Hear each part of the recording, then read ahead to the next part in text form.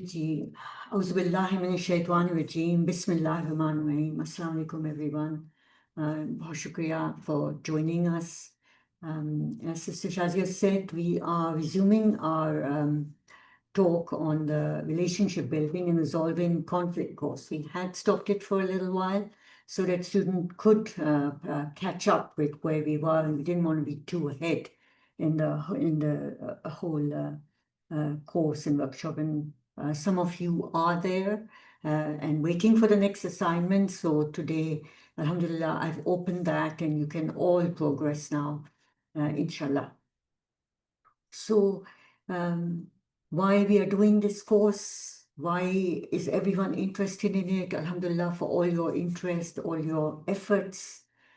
Basically, we all find the Ummah very weak. And in order to influence it, each one of us has a part to play. And it all happens due to relationships. It's gone that far down because of the quality of relationships. And inshallah, it will rise because we learn to operate better in our relationships. So we were looking at tools for understanding. Tools. What are the tools for understanding? The understanding applies to everything we said. It applies to a word, a subject, a thing, a skill, a person, any groups you're part of, any ideas. It applies to everything. But in building relationships and resolving conflict, understanding is that bridge that enables us to communicate clearly. You can collaborate. If you're wanting to do a project together, we collaborate because there is understanding over there.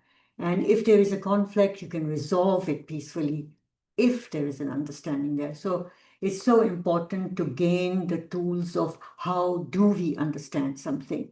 And that's what we're trying to do. We said that understanding applies to everything, and there are three things that make up understanding. If one is missing, there's no understanding. If all are present and you increase one, then the understanding increases and vice versa. So we looked at affinity. We looked at affinity and, we studied this in quite a lot of detail. And I hope you remember most of it. So we said that if affinity goes up or goes down, it's directly proportionately relationship is there with understanding. So if it goes up, the understanding goes up. If it goes down, the understanding goes down. And we also said that in relationships, you have to aim for a high level of affinity for the true self, which we all agree. We are based, Allah Ta'ala has blessed us with a fitrah that we love, and has high potential. So it's very easy to have affinity with that. But also, if you are working in a relationship, we have to have high affinity with the false self of that person as well. Because without that affinity, if we start hating it or are bored with it or are fed up with it or are afraid of it, we won't understand it. Right? So that affinity needs to be there too, and we have to keep that in mind when helping people rise on the level of consciousness. You do that. So obviously, the consciousness level in itself impacts on your understanding. Yeah. So if you have a low level of consciousness level, then your affinity is impacted. So keeping that very high is also our job. So what we are saying is that understanding is not something, it's not like a destination, it's an ongoing process. We are always investing in it. Everything is changing. The person is changing, you're changing, the environment is changing.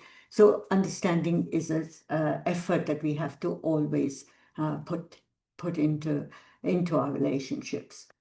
So now we move to the next component of understanding, which is called reality. Reality comes from the word real. Real, something is real. Things are real. The walls are real to you. That's reality, right? Whatever is in front of you, what you see, what you perceive is reality for you. And you do it usually through your senses. There are much more than 5 senses, and through that you gain reality of something, right?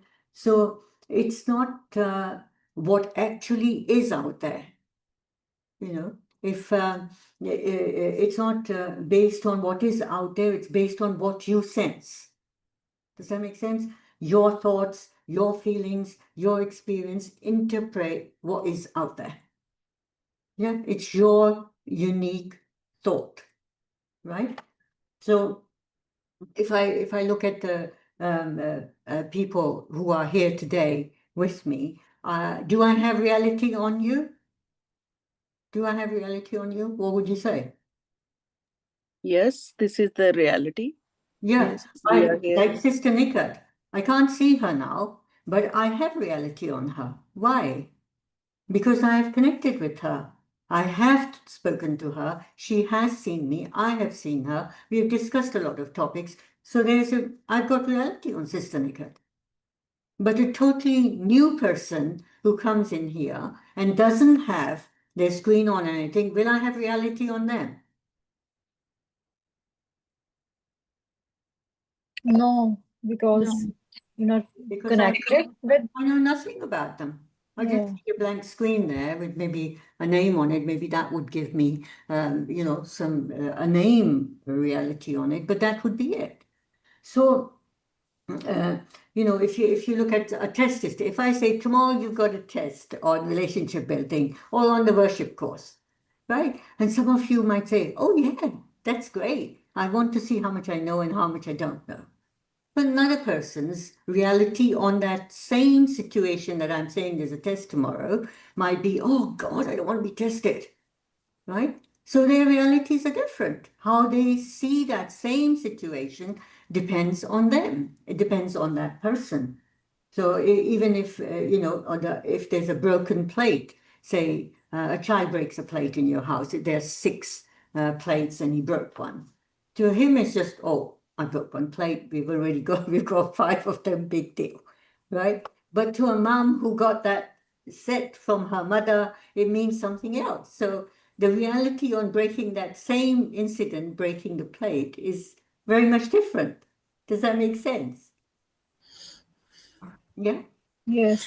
Does that mean that that how the like if it's my reality or other things reality, what how can we can differentiate this thing, like this in the example you said, the plate broken, the reality of mother is different and the reality of child is that you said? Okay. Okay. Mm-hmm. I Okay. said the reality is based on what is true for you. Okay. Mm-hmm. It's true for you. So we fall sick. I fall sick. My reality on my sickness is something. When I talk to Sister Safia, she has a totally different reality on what, because of her knowledge and experience and everything, she has a different reality. My GP, my general practitioner, has a totally different reality. The illness is the illness, but Mm-hmm. realities are differing, right? Mm-hmm. So that's one aspect of reality you have to keep in mind, is that people have their own reality. So we know now that it's not shared. Yeah, it's not shared. Your and my, Can I ask something, Sister Veda? yeah, Does reality depends on knowledge or yeah. learning But something? Yeah. we'll On cover all the consciousness things level. that, yeah, we'll cover that. We're just coming to that. Yeah. So the second part of the definition of reality is degree of agreement.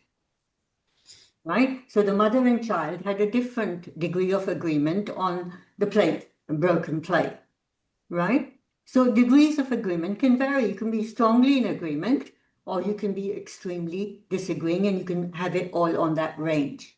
Yeah. So 2 parts to reality. One is how it appears to you, your own true reality, your unique truth. And then with other people, it's a degree of agreement. Yeah, make sense? Yes, Yes. you go on and you will understand it. Look at this example. There's 2 circles here, right? 2 circles here joined together. This child looks at it and sees one big circle, another little circle on top. He sees the same thing. Everyone's seeing the same thing. The child sees it as one little circle and another bigger circle underneath it. This other person says it's an 8. Yeah, this is, oh, I've never seen something like that. The other one says it's infinity. It's not an 8, it's an infinity. The other one says, he's asked it, he's looking at it, at the curves and what is the angle of curve. So his perception of this same figure is in another context. Somebody looks at it and says it's a pretzel. And then the scientist says it's a DNA symbol. So it's the same thing, but it's being viewed differently by different people. Yeah. And we are saying, and the level of your reality on something depends on your experience and life happenings. If you're going to live a very closed up life, your life experiences are going to be very limited. So you'll have very little reality on different things in life. So one of the things is we have to increase our experiences and not close off the world and live very secluded lives. We need to be involved in community. We need to be involved in people to actually have more reality. We also need to increase our knowledge base. And that's not that we just listen to one person that we like, we widen our perspective. We listen to different people, read different kinds of books, different sources, so that our knowledge and way of thinking is more expansive. So we are more accepting as well of other realities. And obviously, as the Quran says, the questioning needs to be there. Do your role, do put that in, always as a priority. Questioning, research, don't accept everything that comes in. And of course, the fourth one is sensing it. At what level are you sensing the reality? Your knowledge can be very, very bright, very, very wide, but you can be sensing it at a different level of consciousness, which would make that knowledge appear different. And we'll go with that. So we went over affinity. Reality is the same. The more reality you have, the greater the understanding. It can go up and down. You can have zero affinity for something. Somebody could say, oh, I have no affinity for politics. I don't like it. It's not like or dislike. I just don't know anything about it. And not knowing anything about it and not having a dislike or like for it, there's no affinity, no reality. Obviously, there's going to be no understanding on it. But somebody could dislike politics and say a lot of negative things about it. So then they have their affinity is in the lower range, and they have some kind of understanding, some experience on it, some knowledge base on it to have reality on it. Does that make sense? Yeah. Yes. Yeah. Okay. Yeah. So, we were just like with affinity, we've got the reality consciousness level. How does the person perceive what is out there? How do they sense it? With what consciousness level are they looking at things? The same thing could be looked at. At fear, they will look at it very painfully. It's a painful thing for them to look at something like that. Covert hostility, they don't show you their fear, but they are threatened. They pretend there's no fear.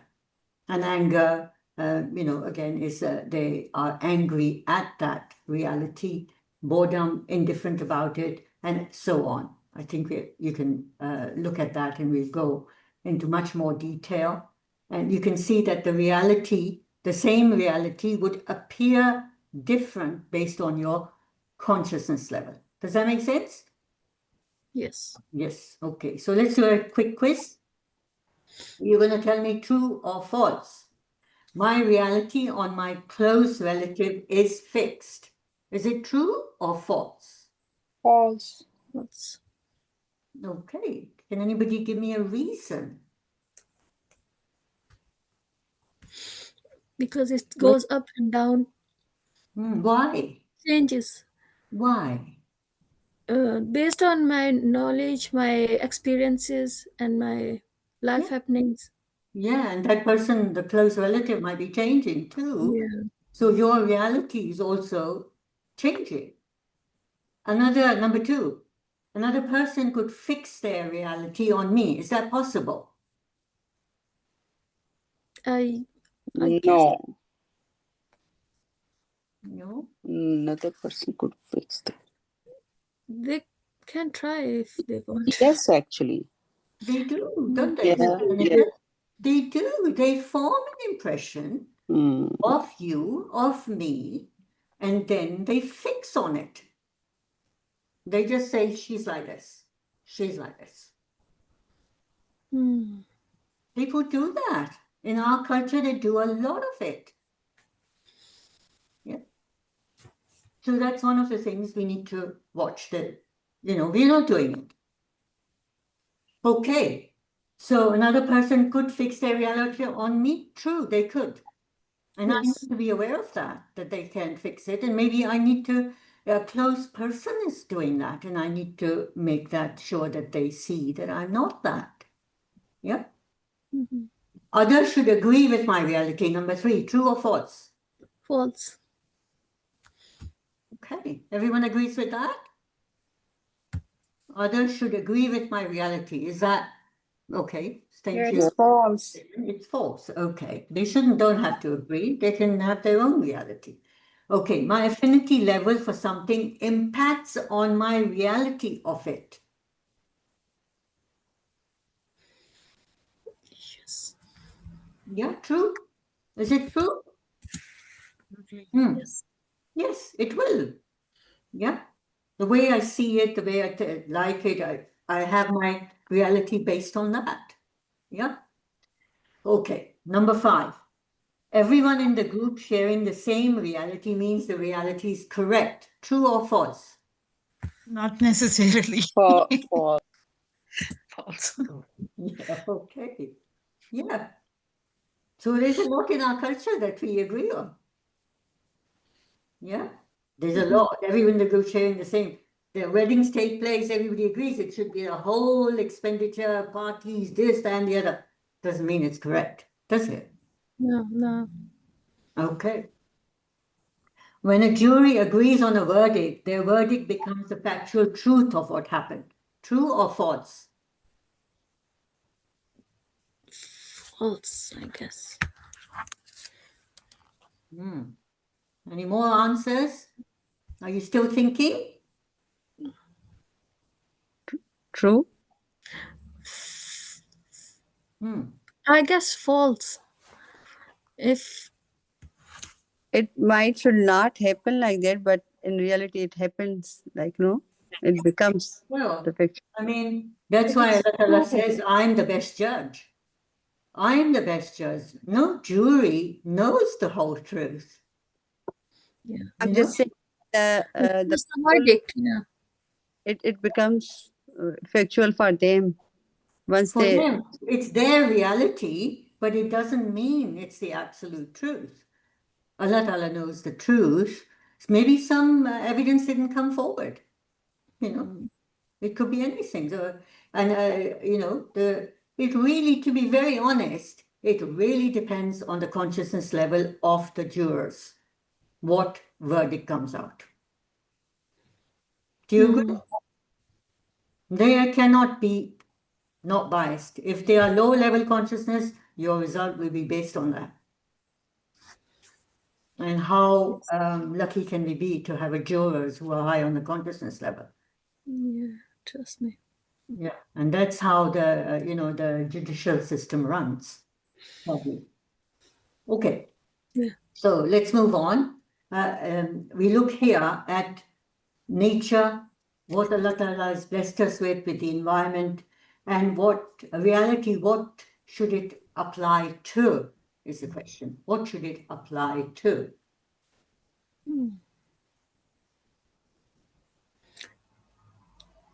To everything. Correct. It should apply to everything because all, nature, plants, animals, environment, everything has proved or been a source of knowledge for mankind. I have my glasses because of an animal. You have a raincoat because of nature and animals. The answers are out there, and we need to encourage questioning, questioning the environment, learning from what Allah Ta'ala has blessed us is. When our children creating that love and fondness for reality, Allah's reality of what He's blessed us with. Yes? So there's more about this on the course, because time is limited. The first video does cover it more, and you can have a look at that, and we move on to this one. Here we got a lot of people, right? And we were talking about what would need to happen for us to have reality on these people and situations. What would need to happen for us to have realities on these people and situations? I've got the India-Pakistan there, the genocide, Sunni versus Shia. What would need to happen? So what is actually happening? May I know who's the Zoom user? I just have no reality on it. Could you introduce yourself so I just know who you are? All of us would like to have some reality on you. Is it possible? Okay, leave it to you, Sister Shazia. Yeah. Okay. So we are saying, I look at this, I meet this person. They come and knock on my door. Yeah? They would come and knock on my door, and I look at them, and I say, what's wrong with her? Why does she look like that? What have I done? What have I told my mind? Just by that one flick of looking, I've made a decision. She looks odd. She might not be right. She might be dangerous. I should be scared of her. And everything my mind has noted what I felt. And I reached in some form a superficial conclusion about her, right? Based on my previous experience or some whatever, my knowledge, whatever. It's very superficial. I know nothing about her. I've just looked at her, right? Are you following me? Yeah? Yes. And so I have not taken interest in her. And I have not put my time and my effort to find out, but I've been quick to judge. My information is not, there's no information with me. I've been very unfair, but I've made told my mind something that maybe not so safe. What's she about? What does she want? Is she going to waste my time? And I've got a bias there. I've got prejudices. And we tend to do this. We tend to make a judgment very fast on people when we see them. We go into a party, somebody's dressed this way, their hair is that way, they're walking in a certain way, talking to a certain person in a certain way, and we make a judgment on them. And that judgment is recorded in the mind. And all I'm saying is that you don't have a reality on that person. You and I don't have a reality. We don't know, we didn't question, we didn't put the time and effort. And basically, if I do that, it reflects on my low character when I do that. And we need to not be making those quick decisions and, oh, I know about it. She's like this, he's like that. He's wearing earrings, so he couldn't really be serious about a job. It's like the mind has got there. You studied and know yourself. It compares very quickly, but don't judge that. So keep that in mind, that we sort of have a habit of taking the time, making the effort, and being interested in people and not judging them. Let God judge them. Yeah? Inshallah. Okay. So we go forward to sort of wind up this first section in saying that two people can look at the same exact thing and see something totally different. Do you agree? Yes. Yeah, Yes. good. Okay. And we see the things not as they are, but as we are. Yeah, based on our experience, our knowledge base, our research, and our consciousness level. Yes. Okay, good. So now we go to what is your and my responsibility. what should we do with our reality? Is your and my reality growing every day? Are we making sure it's growing every day? It should be growing. We should be learning more words. We should be learning about more different places, different subjects, living things, non-living things, different ideas. We should be learning about different people. Our reality should go up on people. So our knowledge, understanding, our self-reflection should go up. We should know more about our false self, and we should know more about the true self we should be. So it's all about reality, the knowing who you are today and what is the true self you should be aiming for. It's all about the reality now and the reality you want to create. Yeah. So we should be dedicating time to that. And what else is needed? What is needed is a high level of consciousness. What is definitely needed is a high level of consciousness. This screen is quite important because it also reflects what you are getting on your, on the cultural shift, returning to Fitrah responses. So a person at fear, the reality is really painful for them. They are mostly in shame and anxiety, and they have a very, very strong doubt about what they really think. You can easily shift their reality. If I talk to them, they will agree with my reality. If Sister Shazia goes and talks to them and about the same thing and say something totally opposite to what I said, they will see that. It's very easy to shift their realities. They have no actual concept of facts. They may say, yes, agree, I know this, I understand it, but there's no actual reality on it if you're at that consciousness level. So when a person's at covert hostility, they again are hiding that threat. The fear threat is in them, but they're hiding it. They're very ingenious at it, very clever at it. They pervert the truth, cover up lying very artfully, and very quick to shift blame on others. They don't want any blame on themselves, and they avoid directness. And I think a number of you have gone through the third section of the course have realized how dangerous this consciousness level is, and it does exist quite a lot in our culture, the covert hostility one. And anger, again, is everything. The reality out there is a threat to them. They have to destroy it. They have to disagree with things. And they don't mind lying and telling lies about anything. That is where the person at anger is on reality. It doesn't matter to them.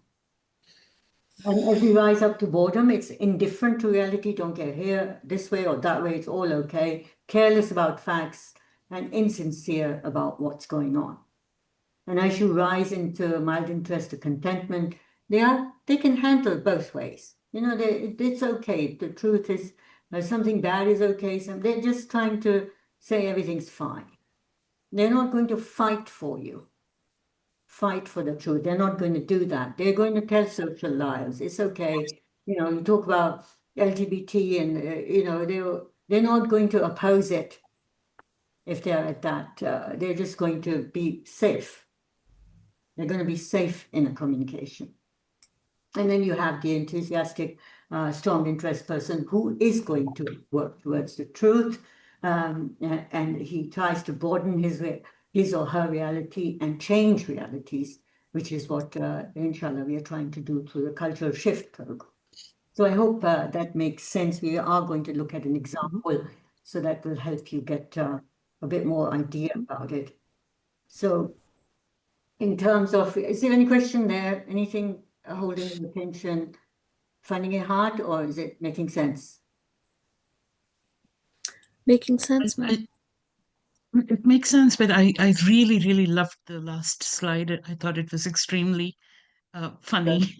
Okay, all right. Okay, all right. So here we go now. We are saying, looking at the reality level, and an essential component of understanding how high can you go. You can go all the way up and down. We said that you can travel up and down on different topics. You can have very low reality. You can go down to a level of consciousness on that. So where does true understanding begin? Where do you think it begins? In the Sister middle. Shazia? Yeah. Yeah, where would it begin? We covered this in affinity as well. Where does it begin to even show a little glimpse of true understanding? It depends upon your consciousness level. Yeah, and at which level would it be here?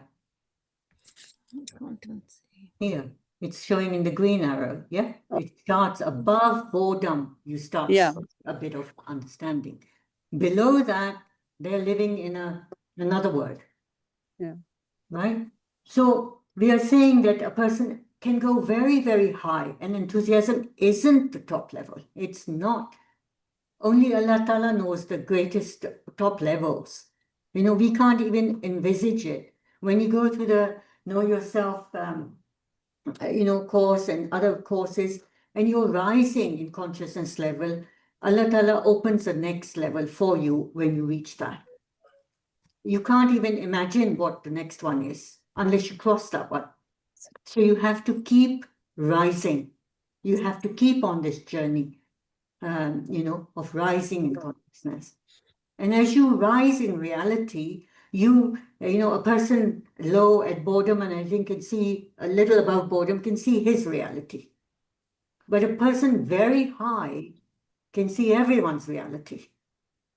He can see the person at fear, what their reality is. He can see other cultures, other people's, what very quick to grasp it. And he can see their benefit, his own benefit, the whole benefit across humanity. And you can see prophets and messengers had that. Alhamdulillah.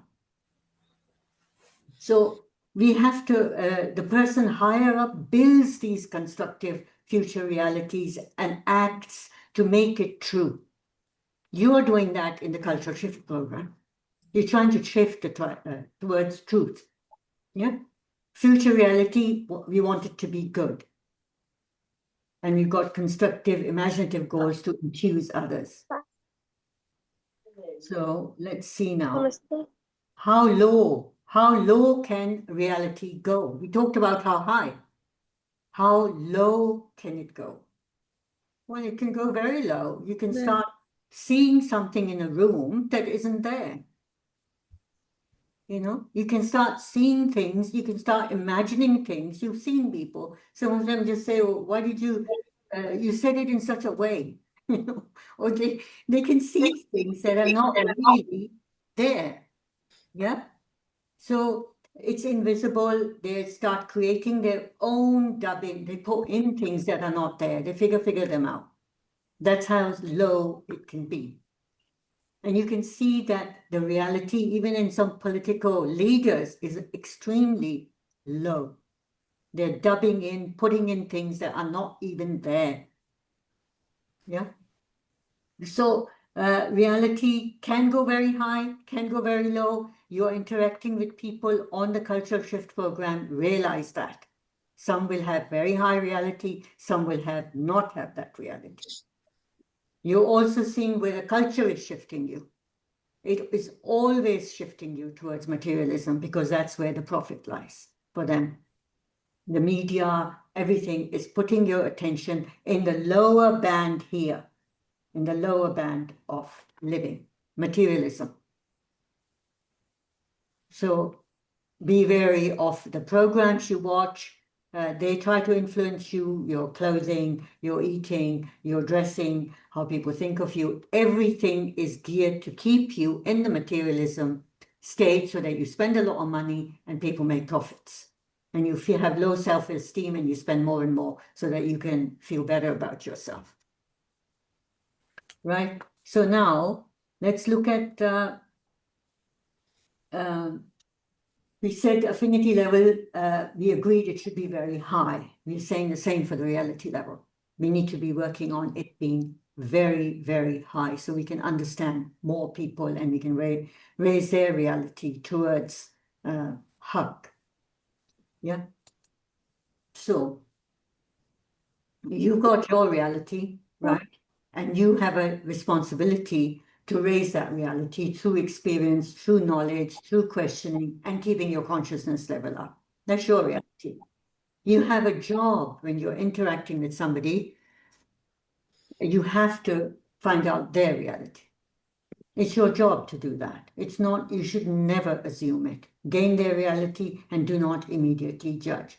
You can see whether they agree with you or don't agree with you. That's fine. You should know that if they disagree with you, right? So raise your standard of acceptability, spot people on the consciousness level, yourself as well and them, and then you are looking at a cultural shift, looking at our project cultural shift, returning to Fitrah. We definitely need to be working on the consciousness level of raising people. So I'm going to see your understanding of the consciousness level. There's a quiz for you here, where you will tell me the consciousness level of a person. Yeah. So we gave this promo out. Sister Nick put it out. You know, and the question was, I often notice how people see me, but forget who is always seeing me. This was given with this boys promo. Yeah. So now here's a response, and you're going to tell me at what reality consciousness level are they? Their response, what reality consciousness level they are at, right? Who cares if anyone is seeing me or not? I don't care. Boredom. Does everyone agree with Sister Shazia? Hello? I agree. Yes, I think, yeah. It's a bored. Yeah. Yeah. And you are getting, some of your responses are a little bit like that, you know? Or they're just keeping quiet, okay? And you're picking it up, you know? You're picking it up. So everyone, number two, everyone is really seeing me. Everyone is really seeing me. I'm too anxious to think about any who. Which one is it? Anger. Yeah, it could be fear or anger. It's a big difference between fear and anger. Which one is it? Any other? Fear? I don't know. Or Everyone is really seeing me. Everyone is really seeing me. I'm scared. Yeah. go scared, yeah. Anxious, yeah. Covert Anxious. hostility. Yeah. So Fear. it's a person at fear who's responding like that. And we said they were careless about facts. Any reality could be forced on them. They would change this way or that way, whatever you said. Number three, I can't be bothered with being seen. I'm fed up of seeing them. Anger. Anger. All right, anger. I'm busy managing what people see. That who is just a distraction.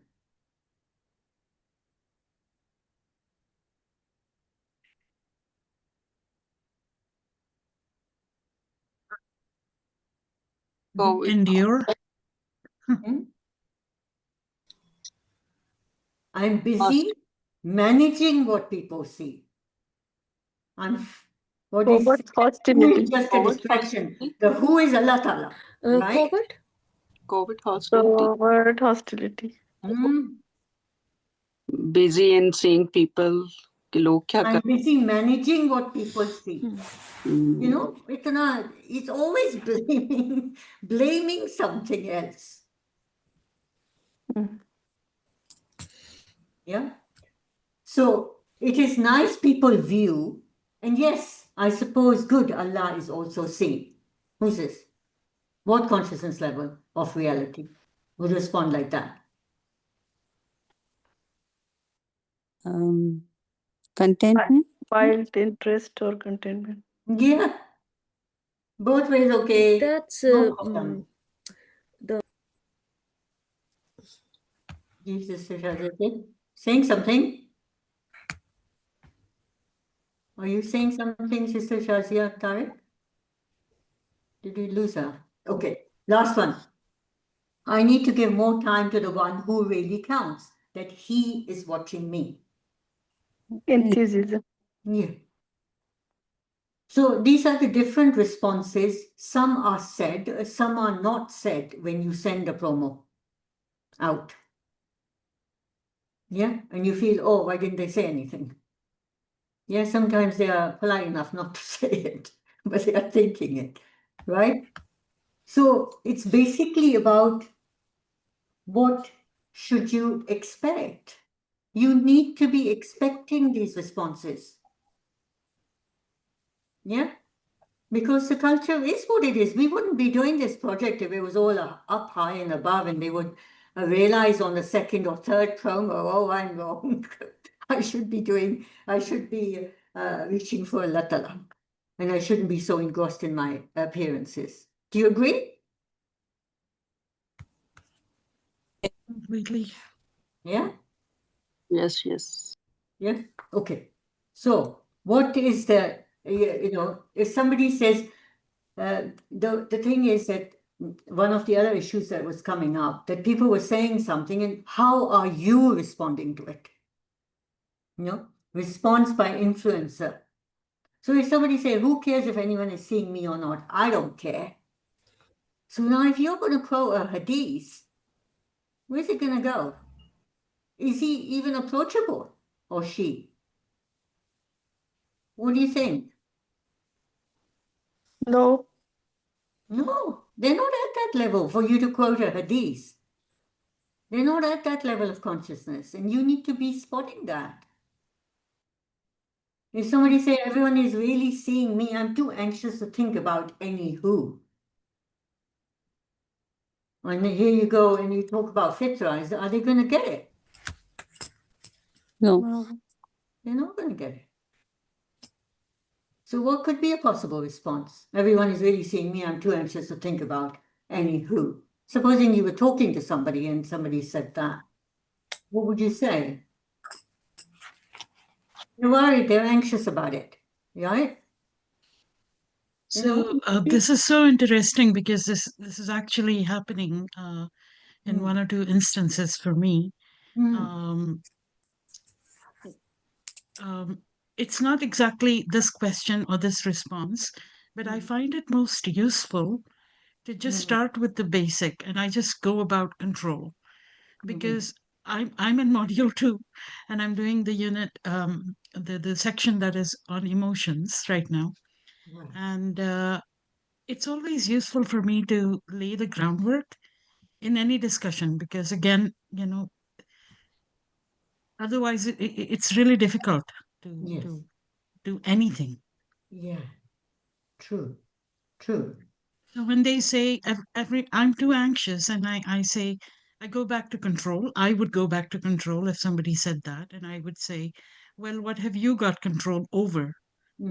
So you control what you can control, which is yourself, your, and give them that framework. So that would be the place to start with that particular. Yeah, and first acknowledge the point that they are anxious. People want to be understood. So say, oh, yeah, I understand you're feeling very fearful and anxious. Most people feel like that. Maybe they're not really seeing you. They've got all their attention also on themselves.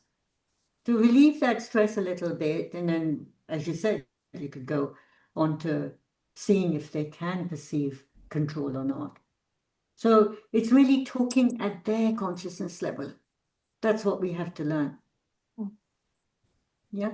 And similarly, it's only at 5 and 6 that you can talk about Fitrah and Hadith and Quran's ayat. You can't talk below. You can't. You have to match their consciousness level and raise them a little bit and talk at their level. Does that make sense? Actually, that is a very powerful and statement that you've just made, ma'am, because it is true. Because the first thing that we do, or anyone does, or if you're speaking to, somebody like, for instance, from a Quran group, the first thing that they do is start quoting the hadith and the ayat, and then that makes you feel like, oh, that holier than thou attitude. It's a complete mental shutdown for many people. They're like, okay, now it's about like, I know better than you, I'm more pious than you, I'm holier, and you are somehow inferior in that. So that doesn't really work. And I think you're right. Absolutely. That's very powerful.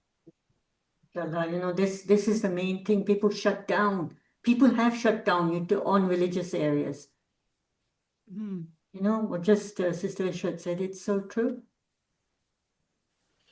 And we need to be careful not to do that to them, because they are, even looking at your promo, you're opening them up. But make them right, don't make them wrong. Yeah? So we were looking at what should we do? The promo is getting a little bit, let's put some truth into it. So this was what we were thinking of doing next. What is beauty? The two-part checklist. Number 1, inner beauty, taqwa, and number 2, outer beauty, jamal. The inner part is the most important and defines you. Does that seem like good or not? You want us to ask them to choose, or No, you just, it's just info, truth needs to be put there. False data is everywhere. Somewhere there's got to be truth coming out.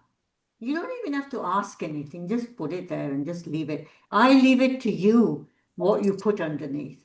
And just, we are just giving you the image. You know your audience, you know your individuals, you do what you want with it. You have reality on them. I don't have reality on them. Yeah. So it's very much up to you. We do have another one, which is a little more data in it, which might not be right for the first time, which defines what inner beauty is, its character, kindness, and how you treat others. That's the real lasting score. And the outer beauty, this is about good hygiene, being neat and dressing well. It shows gratitude for your health and blessings Allah gave you. Yeah. And it's not about changing your appearance, which is what is happening. I don't know which sister, somebody was talking to me, the number of hours ladies are spending in the beauty parlor. That's not outer beauty. You don't have to change it. Everyone's beautiful. It's just not, if you're spending so many, then less mosques sometimes on a road and more beauty parlors in Karachi on streets. Very true. So why are we trying to change our appearance so much? What's this obsession with it? It's not showing gratitude to Allah Ta'ala. It's not. Do you agree with me? Yes, yes. 100%. So I think this gradually, let's change this cultural trend. Question why so much time is spent in the beauty parlors. Yeah. So basically, we are saying on this whole area, do not assume people to be at your consciousness level. You have to correct that area. Yeah? Correct it, that you do not assume people to be at the consciousness level that you are on. And this is giving you a summary of what you're trying to do, find out their reality, keep up your own reality high up. That's your job. As a second point of understanding, the more reality you have, the more acceptability you have, the more you will be able to help them. So last time we talked about who should I have the closest relationship with in my life. We asked this question and we answered it by answering this, and this is in life. It does not mean with Allah Ta'ala, it means in life, here, on the ground. So who shares the same life goals as yours? Who will you spend most of your adult life with? Who will witness most of what is happening to you in adult life? Who will be with you in times of loss and in times of happiness? Who plans to share the same space as you through their lives? So the answer was your spouse. Yeah, it's your spouse. So that is a very close relationship. And it's covered in the ayat as well. We it's about tranquility. Your home is your major area which we are saying should be a source of tranquility for everyone in the home, and that's your first job. Once you bring yourself into true self, your next job is to bring your home into tranquility. Yeah, that's what we are working on through the courses, and inshallah, you're getting better and better at it. With a spouse, we are saying have your affinity and reality. These are just sub-questions. There are more questions.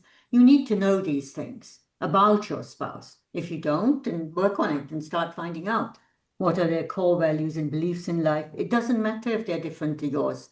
You should know them anyway. How important is faith, spirituality, religion to them? It might not be as important to them as it is to you. It doesn't have to be the same. Allah Ta'ala chose you to be together. It's for a reason. You complement each other. So what are their goals and visions for the future? How do they view marriage, love, and the role of husband and wife? Do they want children? Would they like to raise them? Whose duties and responsibilities are they taking? Is the woman taking? Is the man taking? How do they handle conflict? What happens when they are stressful and they have how do they deal with difficult emotions? We are saying that this relationship is in actual fact the smallest unit of society. And this small unit needs to be very strong. It's not strong. Otherwise, the Ummah would be strong. The child is learning from here how society should operate. So we need to make this small unit actually as a tranquility home where everyone can grow spiritually. That's what you're working on, inshallah, through the courses. You're learning that. So, here I think my session ends over here. And if there are any questions on the area, please ask. On the reality section, please do that. So do you have any questions on it? Anything that strikes you? Was it interesting? Did you benefit from it? I'm going to put a quick survey form for you. You've gone quiet. Was it too serious? Well, the danger is Reality is always always. saying too much. Dating with our situations. Yeah, it sort of makes you reflect, makes you think, right? That's the whole idea. That's the whole idea. It begins with reflection, with thinking. Please do answer the survey form. It does help me. We'll keep talking about the cultural shift thing. Keep giving your ideas in the group as well. If you think that, any ideas you have, it all helps Sister Nikat and our team decide what to give next. As I said, my major, the whole idea of the area is that we are working on making this family unit very strong. This has to be strong. Only then will the community be strong. Yeah. And I had mentioned that I was calling a guest speaker, the healing bond. What does true marital connection mean to the Muslim marriage? We covered pornography last time, and we went, it was a very good talk. I hope everyone listened to it. If you missed it, please do listen to it. Our children are exposed to it, whether you like it or you don't. Our husbands are exposed to it. Girls are exposed to it. So Dr. Rahil Sikandar will be coming, and she's talking about what is the chronic health cost of an emotional distance in marriage. It's to both parties, husband and wife. How does a lack of emotional bond in a marriage impact the body stress response? So it's the closeness needs to be there between spouse. The divorce rate is going up. People are living under the same roof and not talking to each other, eating meals in their own little rooms. This is not a home of tranquility. So we need to bring that about and solve the problems. that are there. And I would really like you to question her. She's very easy to speak to. So I do want you to spread the word. I'll give you the promo on it, get more people to attend. Yeah? Is that a good idea? Is that a good idea? It's a great idea. It's also feels a little bit taboo. So I'm, I think we should get used to talking about it. You know, it's a whole, it's normal. Why are we so shy about these things? We shouldn't be shy about it. Look at the number of bodies, female bodies, male bodies. Why are we so shy about these things? We're not shy about our character and corruption and all the yucky things that are happening, but we're shy about bodies, which God talks about in the Quran so openly, but we won't talk about it. absolutely. I'm looking much forward to it. I hope it Yeah, I doesn't think we conflict should with just make it anything else. normal. When parents don't talk to their kids about it, where do they to go and learn from it? We need to make it normal. It's a normal thing, isn't it? Now, Yes, I find myself very aligned with what you're saying about the family being, should really be the focus of and the locus of our concern. Mhm. I completely agree. I felt that for the longest time. So I'm Alhamdulillah. My Quran teacher is here, Sister Salma Sheikh, who gave me dawah to join this group. So I'm very grateful. Alhamdulillah. Yeah. Alhamdulillah. And I, I cannot wait to get to the next module, the next level. I think about the content all the time. So Alhamdulillah, I'm getting a lot of benefit out of it. And Alhamdulillah. inadvertently, I have also tried to convince my children to join. They're not at that consciousness level yet, but while driving them to school or just finding those little blocks of time, I do tell them, hey, you know what? I'm doing a leadership course. This is what I'm learning. So maybe yeah, it Yeah. will impact them in some way. Inshallah. Inshallah, Ameen. Inshallah. We are learning tools, and they might, inshallah, these tools will help us, you know. So should I put the recording off? Yeah. Yes, please. Yeah. Maybe if you've got any questions.